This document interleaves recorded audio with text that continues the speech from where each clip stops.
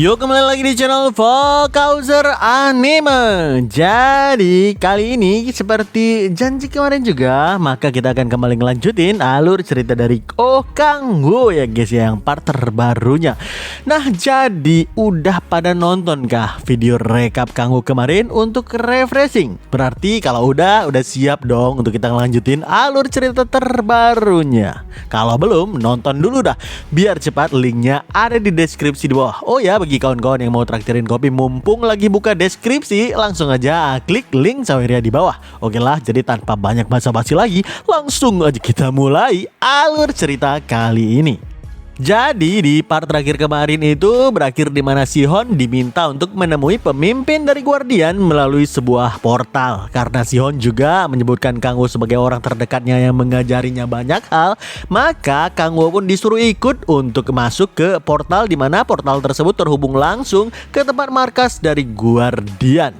Dalam hati Kanggo berharap nggak ketemu dengan anggota Guardian seperti Alex yang idealis dan naif parah sih.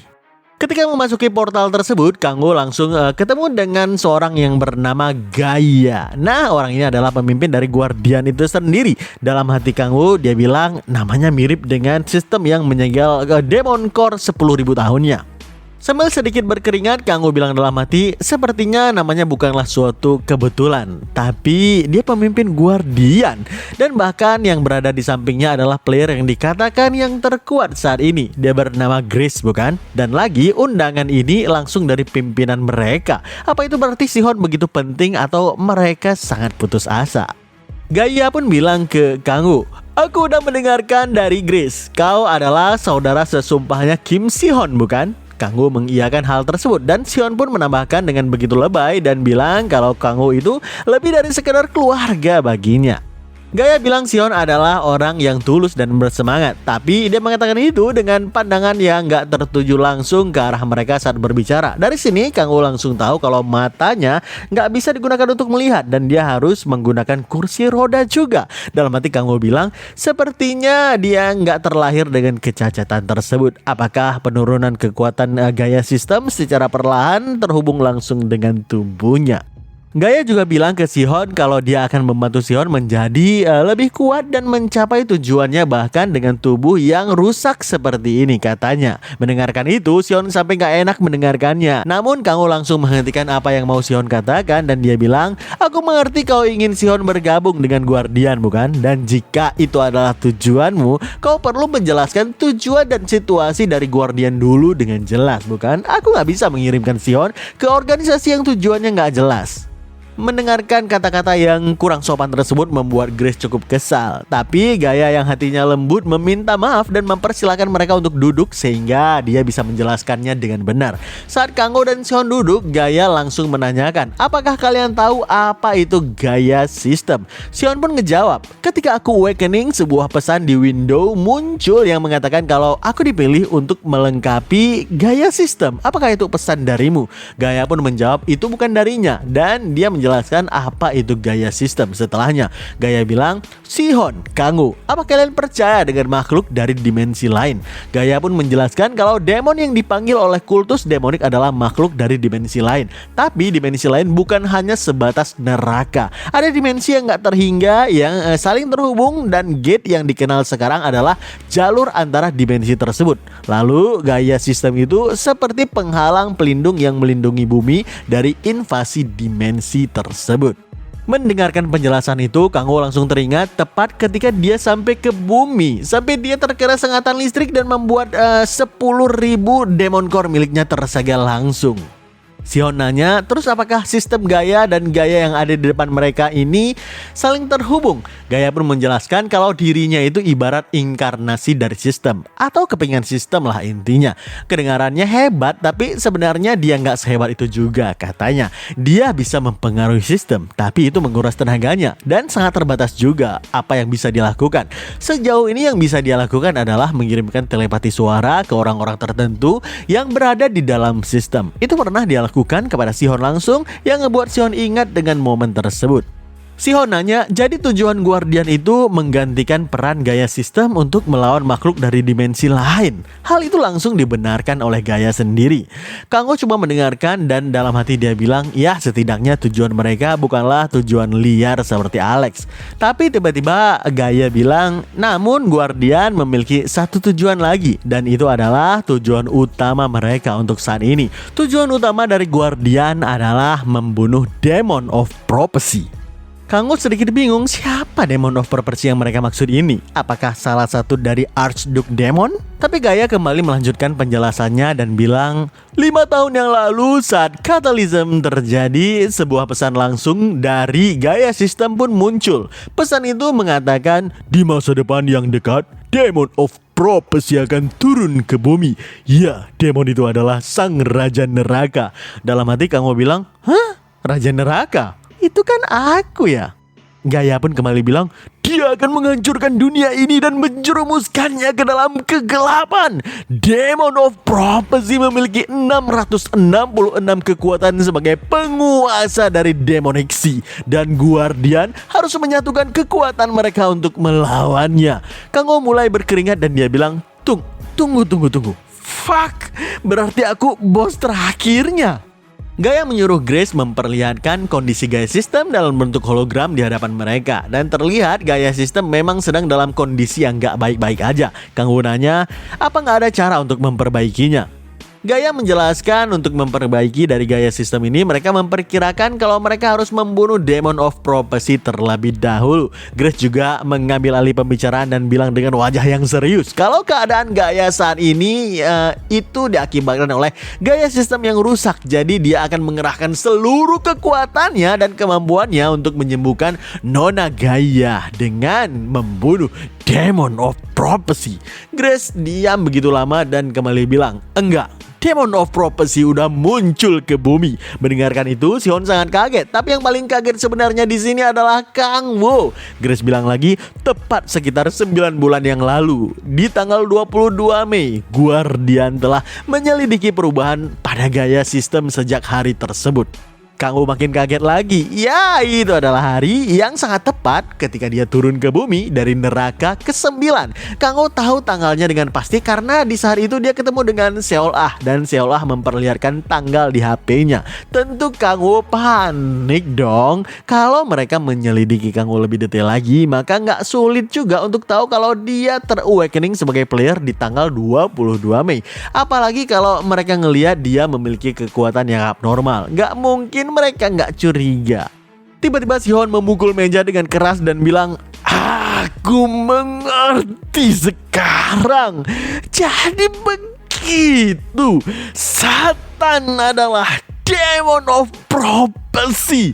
Mendengarkan itu Kanggo sedikit tersentak dan bilang dalam hatinya, tunggu, Satan kah? Sihon kembali mengatakan, 3 bulan yang lalu aku menerima panggilan tentang Alex yang diserang. Jadi saat itu aku pergi ke atap hotel. Di sana aku ngelihat Alex yang udah sekarat dan dikalahkan oleh Satan.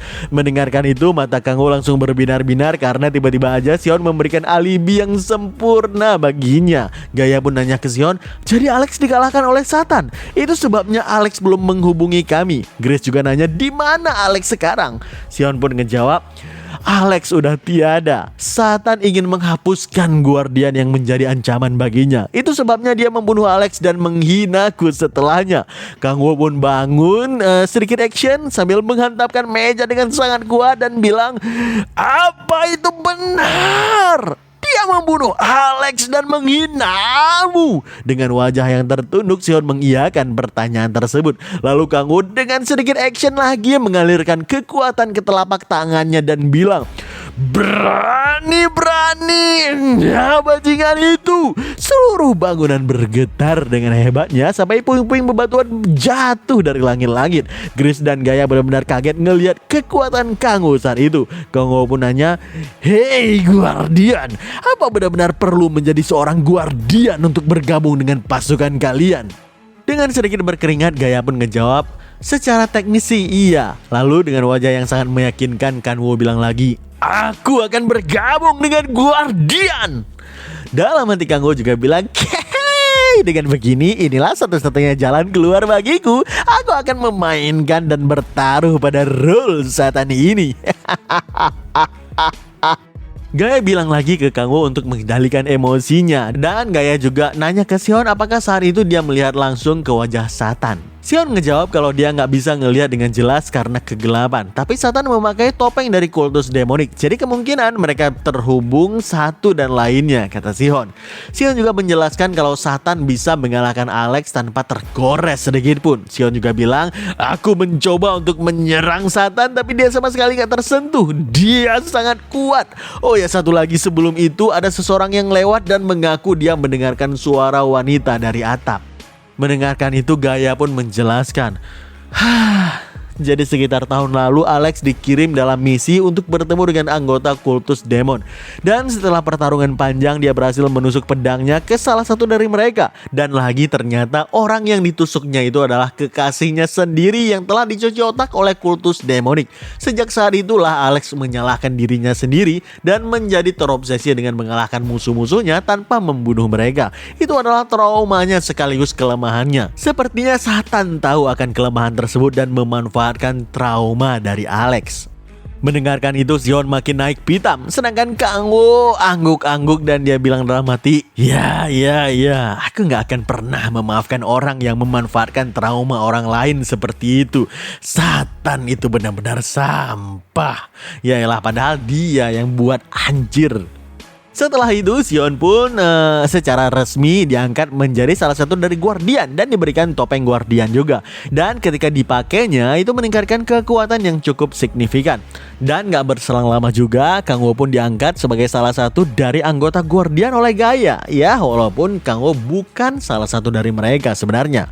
Namun ketika Kanggo memakai topeng Guardian itu tiba-tiba statnya melonjak tinggi. Dan aura yang cukup pekat langsung memancar ke seluruh ruangan yang membuat Grace berkeringat ngeliatnya sambil bilang, meskipun dia bukan Guardian tapi apa-apaan level kekuatan ini. Notif muncul di hadapan Kanggo yang bilang Blessing Gaia diaktifkan dan peningkatan stat tiba-tiba menyebabkan demonic energi Anda melonjak. Trait Master of Demonic Energy pun diaktifkan. Kanggo bilang dalam hati, jika bukan karena trait Master of Demonic Energy yang dapat menyembunyikan lonjakan energi ini, maka identitasku pasti akan langsung ketahuan. Tapi dengan kekuatan sebesar ini, bahkan Dome Squad akan terlihat seperti mainan di hadapanku.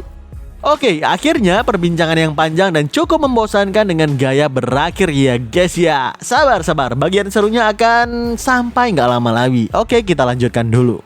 Kanggo dan Sion pun kembali ke tempat tinggal mereka melalui portal sebelumnya. Sion bilang ke Kanggo sepertinya dia jatuh cinta pada seseorang. Ya, yang dimaksud Sion jelas adalah Gaia. Sosok rapuh yang bisa hancur kapan saja itu dan juga hati yang lembut. Ketabahannya mengatasi kesulitan membuat Sion ingin melindunginya. Jadi semangat Sion untuk menghancurkan Satan pun bertambah berkali-kali lipat.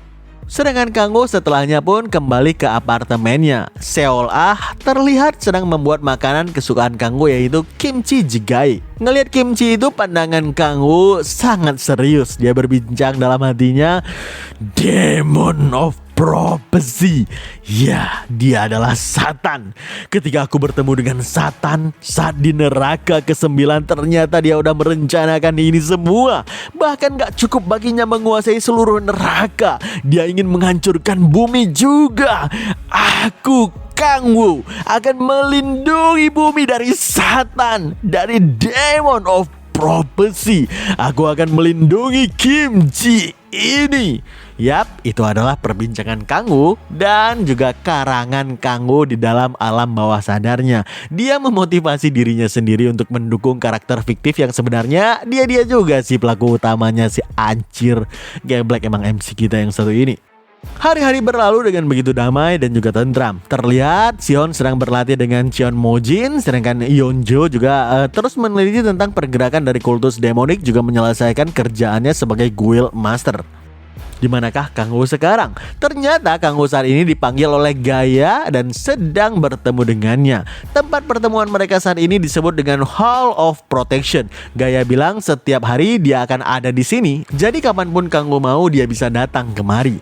Setelah itu Gaia langsung menjelaskan maksud utamanya. Gaia bilang dia akan memberikan misi pertama kepada Kanggo. Tapi sebelum itu Gaia menjelaskan kalau akhir-akhir ini Gaia System semakin melemah. Seperti yang diketahui, Gaia System itu menyegel kekuatan dari makhluk dimensi lain. Tapi dia curiga kalau Demon of Prophecy saat ini secara perlahan sedang melepaskan segelnya. Kanggo langsung berkeringat dan bilang dalam hati, tunggu, mereka udah tahu sampai sejauh mana sih anjrit. Gaia mengatakan kalau itu pasti ulahnya kultus demon. Dan lagi misi kali ini juga berkaitan erat dengan kultus demonik. Mereka menemukan jejak kultus demon di Daegu, Korea Selatan. Makanya mereka memanggil Kanggo saat ini untuk mengatasi mereka. Tentu dengan sangat senang Kanggo mengiyakan hal tersebut. Bahkan dia bilang kalau dia akan pergi sendiri, gak perlu ditemani anggota Guardian yang lain. Gak berselang lama, Kanggo sampai di apartemennya. Dia langsung memanggil Echidna yang sedang makan dan juga Balzac yang sedang belajar memasak. Kanggo bilang kepada mereka, bersiaplah, kita pemanasan sedikit untuk merubah suasana. Ini saatnya misi. Beberapa menit kemudian mereka bertiga tiba di Daegu. Jadi Daegu ini sama kayak Sapporo di Jepang, dimana kota itu telah hancur, nggak bisa ditinggali lagi oleh manusia karena saat katalisme sebelumnya di sana muncul 3 gate rank A. Sesampai di kota tersebut, Kanggo memilih salah satu dari 3 gate yang memancarkan demonic energi terbesar di sana. Terlihat di depan mereka sebuah core fissure yang memancarkan demonic energi yang cukup tinggi. Bahkan ada retakan ruang di sekitar benda tersebut.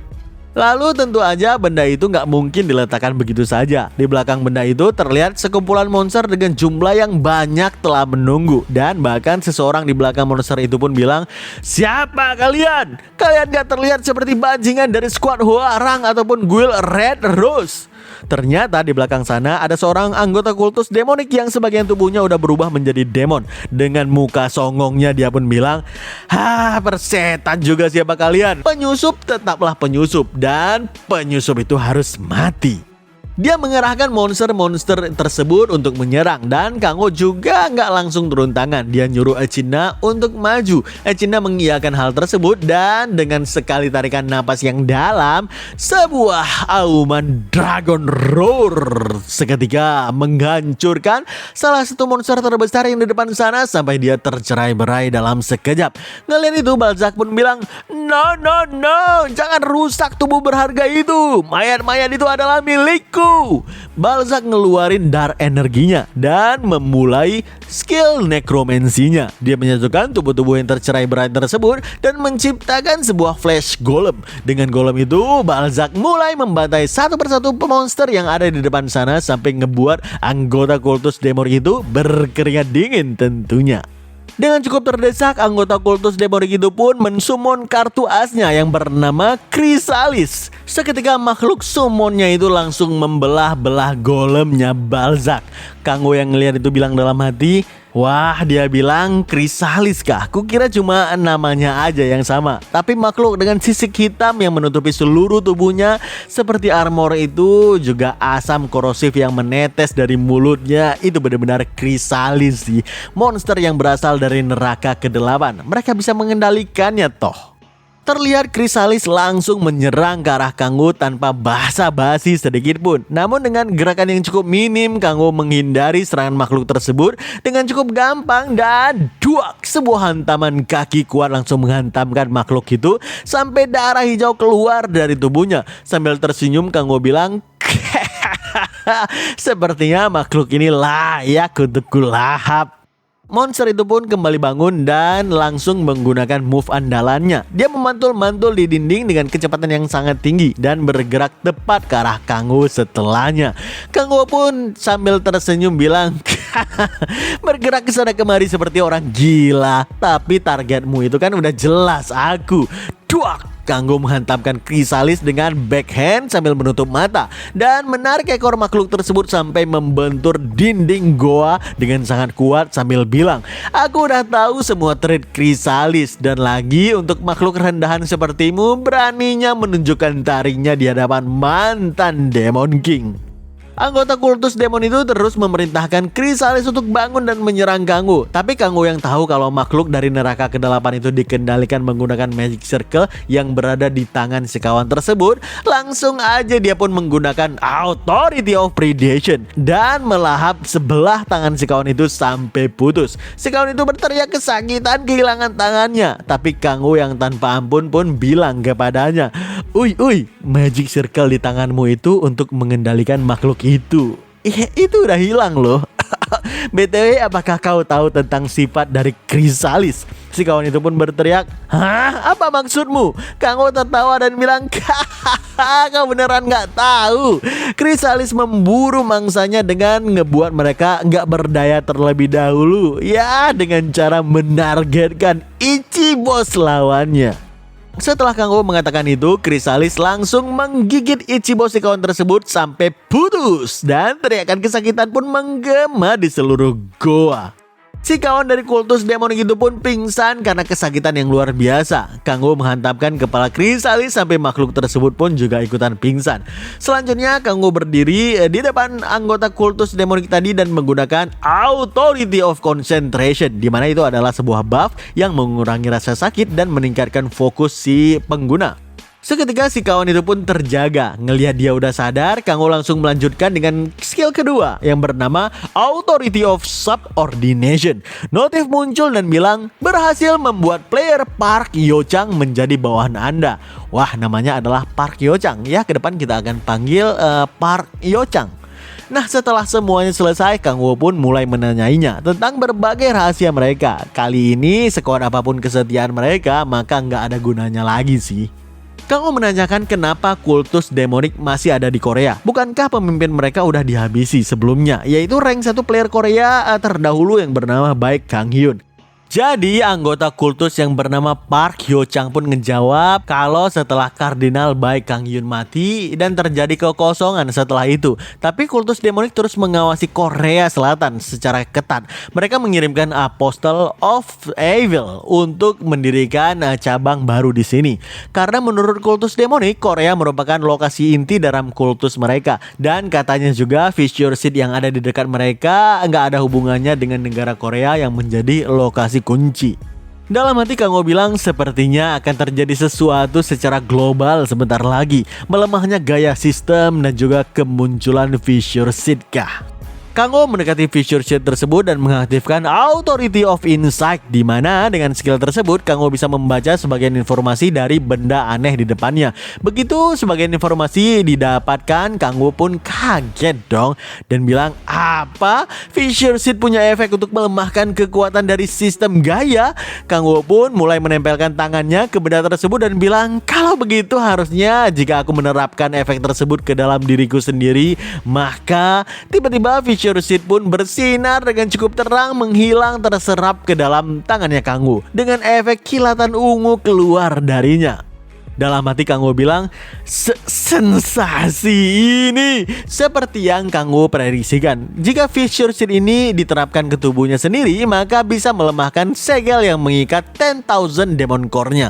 Kanggo sangat senang dan dia bilang, wah, hidup kultus demonik, hidup. Mereka bahkan sekarang membuat nutrisi seperti ini toh. Tiba-tiba Park Hyo Chang pun bilang ke Kanggo, bisakah kau mengampuni nyawaku? Kanggo pun ngejawab, oh ya benar-benar. Kau udah memberikan informasi berharga kepadaku. Tentu aku akan mengampunimu. Aku bukan orang yang nggak tahu terima kasih loh bro. Aku bahkan akan melepaskan seluruh ikatan dan juga buff yang kuterapkan tadi. Seketika ketika Kanggo melepaskan buffnya, Park Hyo Chang berteriak dengan sangat kuat karena efek buff yang mengurangi rasa sakit yaitu Authority of Concentration udah hilang. Maka bijinya yang hilang pun kembali sakit parah. Dia menangis saking sakitnya. Kanggo mendekati kawan itu dan mengeluarkan demonic weaponnya lalu slap sebuah tusukan langsung menembus jantung kawan tersebut. Kanggo pun bilang, wah, aku nggak tahan melihat pemberi informasiku menderita seperti ini. Jadi aku akan memberikanmu kematian yang nggak menyakitkan. Kau berakhir di sini karena dieksploitasi oleh kultus demonik. Sungguh tragis. Aku akan berjanji gak akan melupakan namamu, dan aku akan membalaskan dendamu, Park Nobiji, kata Kanggo sambil ngeluarin air mata iblisnya. Yah, BTW kan kawan, Kanggo ini adalah Raja Iblis ya guys ya. Jadi kalau kalian bilang dia ini kejam, ya wajar sih, namanya juga Raja Iblis. Jadi setelah kematian Park Nobiji, Park Hyo-chang maksudnya, Kanggo pun melahap tubuh si kawan tersebut berbarengan dengan tubuh Chrysalis juga. Tapi stat demonic energi yang didapatkan bahkan cuma 0,12. Dalam hati Kanggo bilang, apa Chrysalis ini terlalu lemah atau statku yang terlalu tinggi jadi peningkatannya menjadi lambat kayak gini. Gak berselang lama, Kanggo pun menghubungi Gaia menggunakan alat komunikasi Guardian yang katanya bisa terhubung dimanapun, bahkan di dalam gate sekalipun. Jadi Kanggo pun melaporkan kepada Gaia kalau misinya sukses. Selain itu, Kanggo juga melaporkan tentang Fissure Seed. Kanggo menjelaskan kalau Fissure Seed itulah salah satu penyebab melemahnya sistem Gaia. Oleh sebab itu, Kanggo mengatakan kalau menemukan Fissure Seed maka kumpulkan di suatu tempat dengan keamanan yang tinggi. Jangan dihancurkan langsung. Dalam hati Kanggo bilang, mana mungkin aku membiarkan kalian menghancurkan sesuatu yang begitu berharga. Gaia pun nanya dengan kebingungan kenapa Fissure Seed ini nggak langsung dihancurkan kalau memang itu memperlemah sistem. Kanggo menjelaskan kalau setelah diekstrak maka Fissure Seed akan kehilangan efektivitasnya. Dan lagi Kanggo menyarankan untuk jangan menghancurkan karena Fissure Seed itu bisa menjadi bahan penelitian bagi perkembangan player ke depannya nanti. Gaia pun mengiyakan saran dari Kanggo dengan begitu bangga karena Kanggo memiliki pemikiran sekritis itu. Setelah itu Kanggo keluar dari gate dan menghubungi Yeonju menggunakan HP-nya untuk memberitahu hal yang sama dengan apa yang dia katakan kepada Gaia tadi terkait dengan Fissure Seed. Setelah telepon dari Yeonju dimatikan, Kanggo selanjutnya menelpon ke tempat Yuri. BTW, Kanggo belum tahu kalau tubuh Yuri udah dimasuki oleh salah satu bawahan paling setianya, yaitu Lilith, ahli strategi terbaik neraka dan juga Queen of Succubus. Jadi ketika Kanggo menelepon, gak sampai sedetik langsung diangkat tuh sama si Yuri. Dari telepon Yuri pun bilang, "Halo, ini Kurosaki Yuri, Kanggo sama." Jadi Kanggo pun langsung ke intinya. Dia meminta bantuan Yuri untuk mengumpulkan Fissure Seed yang ditanam oleh kultus demonik. Yuri pun bilang, "Oh begitu, bolehkah aku bertanya sesuatu? Kultus demon ini, apa Anda tahu demon mana yang mereka sembah? Aku mencoba meneliti sendiri tapi gak menemukan jawabannya." Dalam hati Kanggo pun bilang, mungkin lebih baik jika lebih banyak orang yang tahu tentang Satan. Semakin banyak yang tahu maka semakin sedikit kecurigaan yang kuterima. Jadinya Kanggo pun bilang ke Kurosaki Yuri ataupun Lilith kalau demon yang kultus demon sembah adalah Demon of Prophecy, Satan. Setelah mendapatkan jawaban tersebut, Yuri cuma tersenyum seolah mengetahui sesuatu. Gak berselang lama, setelah sedikit berbasa-basi, telepon pun berakhir dan ditutup. Setelah telepon ditutup, Kanggo pun bilang, aku udah menyebarkan jaringnya, tinggal menunggu hasil tangkapannya saja. 10 hari pun berlalu dengan cepat. Saat ini terlihat di Hall of Protection, Sihon, Gaia dan juga Grace sedang menunggu Kanggo datang. Dan ketika Kanggo datang, dia langsung menanyakan tentang kondisi terkini. Gaia menjawab kalau barrier memang semakin melemah sejak Fissure Seed ditanam oleh kultus demon. Tapi karena ada tindakan cepat dari Kanggo sebelumnya, situasi terburuk bisa dihindari. Sejak 3 hari yang lalu, kondisi dari barrier Gaia menjadi lebih stabil. Gaia benar-benar berterima kasih kepada Kanggo atas bantuan besarnya ini. Kanggo pun ngejawab, wah itu melegakan. BTW di mana Fissure Seed itu disimpan? Dalam hati Kanggo bilang, itulah alasan aku datang hari ini. Gaia pun bilang, lokasi simpanannya ya. Dia meminta Grace untuk menuntun ke tempat tersebut, menuntun mereka. Kanggo, silakan ikuti aku, kata Gaia sambil terus menjelaskan. Gaia bilang kalau Hall of Protection ini terhubung ke banyak tempat, makanya ini adalah tempat pusat dari Guardian. Di sini seperti tempat dengan banyak gate. Contohnya gate tempat tinggal dan ruang pelatihan dari anggota. Bahkan gate yang terhubung langsung ke Jepang, Amerika, Cina dan juga Rusia. Negara di mana kultus demon udah memanggil banyak monster. Lalu tempat yang kita tuju sekarang adalah gate yang terhubung ke penyimpanan Fissure Seed. Ketika mereka memasuki gate tersebut, tiba-tiba cahaya yang sangat terang langsung menusuk mata. Gaia bilang, maaf telah memberitahukan kalian. Di sini matahari sedang terbit makanya silau. Jadi selamat datang di Grand Canyon. Kanggo nanya, tapi bukankah Grand Canyon terlalu terkenal untuk menjadi tempat rahasia? Gaia ngejawab, Grand Canyon itu sangat luas dan wisatawan hanya melihat sebagian kecilnya saja. Area yang ini sepenuhnya terlarang bagi turis kok. Baiklah, kita langsung masuk ke ruang penyimpanannya. Setelah berjalan sejenak, akhirnya mereka pun berhenti di suatu tempat yang dikelilingi bebatuan tanpa tanda-tanda ada bangunan apapun. Sampai Sion sedikit kebingungan dan nanya, namun tiba-tiba Gaia pun bilang, Guardian Zugezuan, ini Gaia. Tiba-tiba salah satu pintu besi terlihat muncul di hadapan mereka. Terlihat juga sangat kokoh dan kuat. Tentu ngelihat itu Sion kaget dong. Dan Grace bilang ini adalah illusion art milik Zugezuan. Nggak ada yang lebih hebat di bidang ini daripada dia. Nggak berselang lama seseorang keluar dari pintu tersebut dan bilang, kalian berdua pasti anggota baru kah? Oh, Kanggo dan Kim Sihon bukan? Senang bertemu dengan kalian. Nama aku adalah Zugezuan. Beberapa menit kemudian Zuge pun mempersilahkan semuanya masuk sambil menjelaskan kalau ruang penyimpanan di sini dilindungi oleh spell formation yang dia ciptakan sendiri. Jangan berkeliaran sembarangan ya, bisa berbahaya jika kalian mengaktifkan sesuatu secara gak sengaja, kata si Zuge kepada Kanggo dan juga Sihon. Grace menjelaskan kalau Zugezuan saat ini adalah pemimpin penelitian Fissure Seed yang disimpan di sini. Setelah berjalan beberapa menit, mereka pun berhenti di ruangan yang nomor 4. Dan Zuge mengatakan ini adalah tempat Fissure Seed dikumpulkan dan juga disimpan. Kanggo nanya, ada berapa banyak Fissure Seed yang disimpan di sini memangnya? Zuge ngejawab, kuperkirakan sih kemungkinan ada 100 Fissure Seed yang diamankan di sini. Spontan muka Kanggo langsung saknya berat mendengarkan hal tersebut, tapi dia pun langsung mengontrol ekspresinya, jangan sampai kebablasan dah. Sion pun nanya, apa ada kemungkinan kultus akan menyerang tempat ini? Zuge ngejawab, tentu aja ada kemungkinan tersebut. Fissure Seed aja udah cukup alasan bagi mereka untuk melacak tempat ini. Mendengarkan itu, Sion sedikit khawatir. Dan kekhawatirannya itu ngebuat si Zuge pun bilang, tenang, spell formation milikku itu gak mudah untuk ditembus. Bahkan jika musuhnya adalah Demon of Prophecy sekalipun, aku masih cukup percaya diri. Grace pun menimpali dan bilang, mungkin terdengar sombong memang, tapi kau bisa percaya padanya.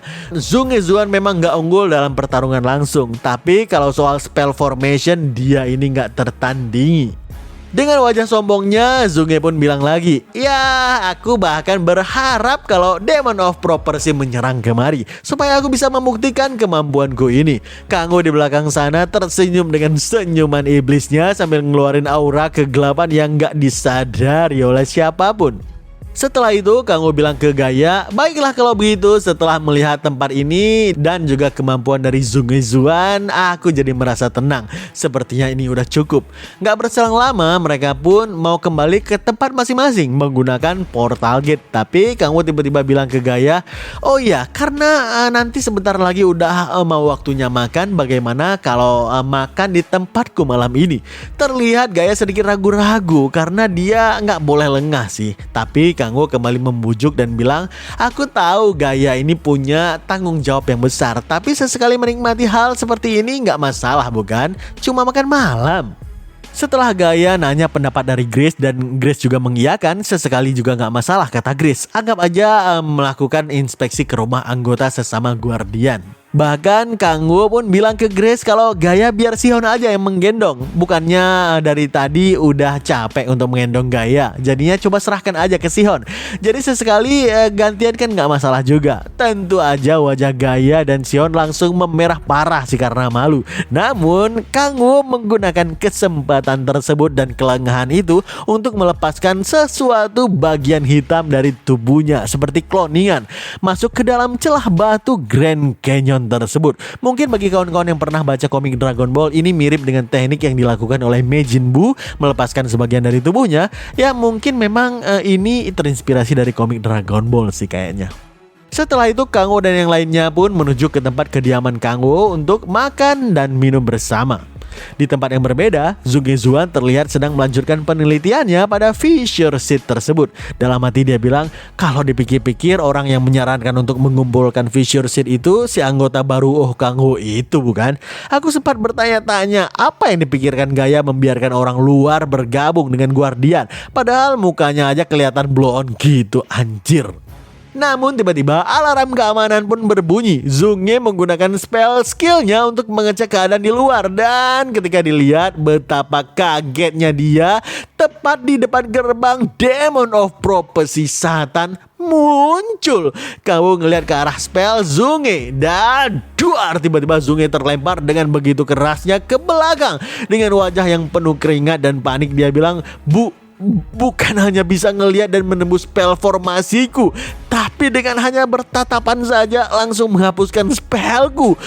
Bukankah itu mustahil? Wah, apakah yang akan terjadi selanjutnya? Nantikan terus alur cerita Demon God Pensiun hanya di channel Fokuser Anime dan stay update.